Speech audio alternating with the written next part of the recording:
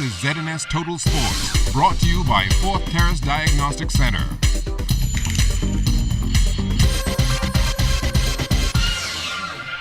Welcome to sports, everybody. After being postponed last year, there has been some speculation going on as to whether or not the Chris Brown Track and Field Invitational would take place in 2015. We were able to catch up with Brown today, and he says don't make any other plans for the weekend of April 11th. As far as I'm concerned, my event is all green lights. The event I'm just waiting on tourism to do the final paperwork and get what they need to get to me so I can come home and start to market the event. I got international people on standby waiting for this event to happen because they want to open up their season, and I've been promoting the event online.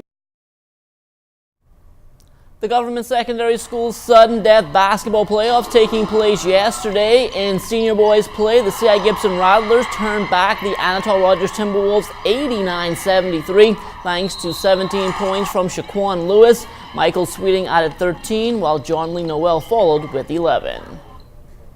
They came back and cut the lead down to 8 or 7 points, and we were able to stretch it back out to like 15 or 16, but that's a very good team, very frisky team, well-coached team, and hats off to them. But we wanted it a little more, and we did that tonight. We know what some of the problems are, and it's fixable, but you don't like to end the season on that type of note. Maybe, one or two adjustments late in the game, but we just didn't play well. Tonight I have to give it to C.I. Gibson. They played well. They came out and they executed. The little things in a basketball game make a whole lot of difference down the stretch. But I'm satisfied with a win for getting to this point after taking over a team that had no wins last year, coming and making the fourth spot in the playoffs. That was our goal this year. We set our goals kind of reachable, and we achieved it. As for the other half of the bracket, the Doris Johnson Mystic Marlins knocked off the C.C. Sweeting Cobras 64-51 to set up a rematch of last year's championship. Brandon Stubbs finished off with 16 points in the win. Game Atlas was also in double figures with 12. It's been an up and down season for us. We've been inconsistent a bit, but nonetheless, we continue to fight each and every night, even on our down nights.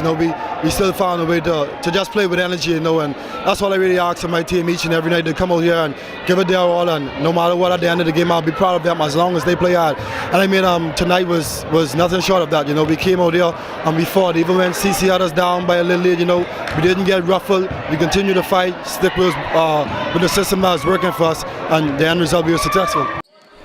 Now the best of three championships will get underway tomorrow at the Kendall Isaacs Gym, and Doris Johnson coach Danico Bull says his team is ready for the task at hand. Two good schools, Mr. Johnson, he has the veteran school with the system down there, C.I. Gibson. But nonetheless, we're going to come out here and play Doris Johnson ball. We fell short to him twice last year, GHLF State Championship and also UCAM. But so we really won this one this year, and we put ourselves in our position once again to do it. The private schools are still in their regular season basketball schedule. A big senior boys game taking place at the train station yesterday with the pennant on the line. SAC used its home court advantage to build a double-digit halftime lead, but Kingsway never went away, and they came all the way back to take the lead late in the ball game. Down the stretch, though, turnovers would come back to cost Kingsway, and SAC takes full advantage, holding on for a 72-69 victory. Our partners is coaching us. We've been working countless hours day and night, and coaches told us to keep our composure, play our game, and that's what we did. We came up with the win. Just remind them that you got to remain focused and remember everything that we instilled in practice, and slow the ball down and play sock basketball. I just encourage them, this is what we've been working hard for, running all those laps, running those suicides. We try to come out there and put our best effort, work hard on the court, work hard on push everything. I just had to tell them we have to want it more. We just had to want it more, and they did a great job. They made me very proud. They pushed very hard. They pulled something out, and SAC just happened to get the win today. We tried our best, basically. We made some faults on defense, and we just missed some big key shots at the end of the game. Now the private school basketball playoffs are scheduled to get underway next week at the Kendall Isaacs Gym, and both SAC and Kingsway know this is possibly a championship preview. When we get in the gym, everyone is at zero. It doesn't matter. So just gotta stay focused, keep our composure, and keep our eye on the prize. You have to tighten up on some things. We threw away the ball too much down the stretch, so we got to work on breaking the press and getting these guys to focus at crucial times in the game. The game plan is simply to beat them. We're not going to go into the specifics, but we could beat them next time. I guarantee you that. Game plan is just to work on our faults in this game that we realized we did, and just play better the next game.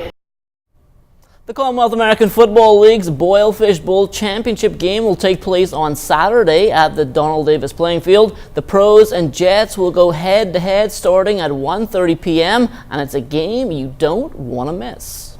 There's a lot of stuff going around, a lot of trash talking going on, and that's what football is all about. But at the end of the day, it's who wins or who loses is determined by your play on the field. At halftime of the Boilfish Bowl, we will have a pass, punt, and kick competition for the young kids, and we'll also have some giveaways for our fans that's been with us all year. Now the Crab House has come on board to support the CAFL, and this partnership will extend beyond the Boilfish Bowl. The Crab House considers it a pleasure to be affiliated with the CAFL. When we were invited, we did not hesitate because we love to participate in local activities and especially sports that bring everyone together. This weekend, on Sunday at the Super Bowl, we hope that everyone will come. We're going to have a tailgate party which should begin about 4 o'clock here at the Crab House. And then we will have the Super Bowl games inside. We will donate part of the proceeds to the CAFL, and we endeavor to do our best to support in every which way we can. Last night, we told you that Coach Colin Troppy Knowles passed away after a battle with cancer. Troppy spent 30 years at the Charles W. Saunders Baptist School, where he was a father figure to many. His brother-in-law, Brad Wood Sr., had the privilege of working side by side with him for many years. And a lot of young people live in this school.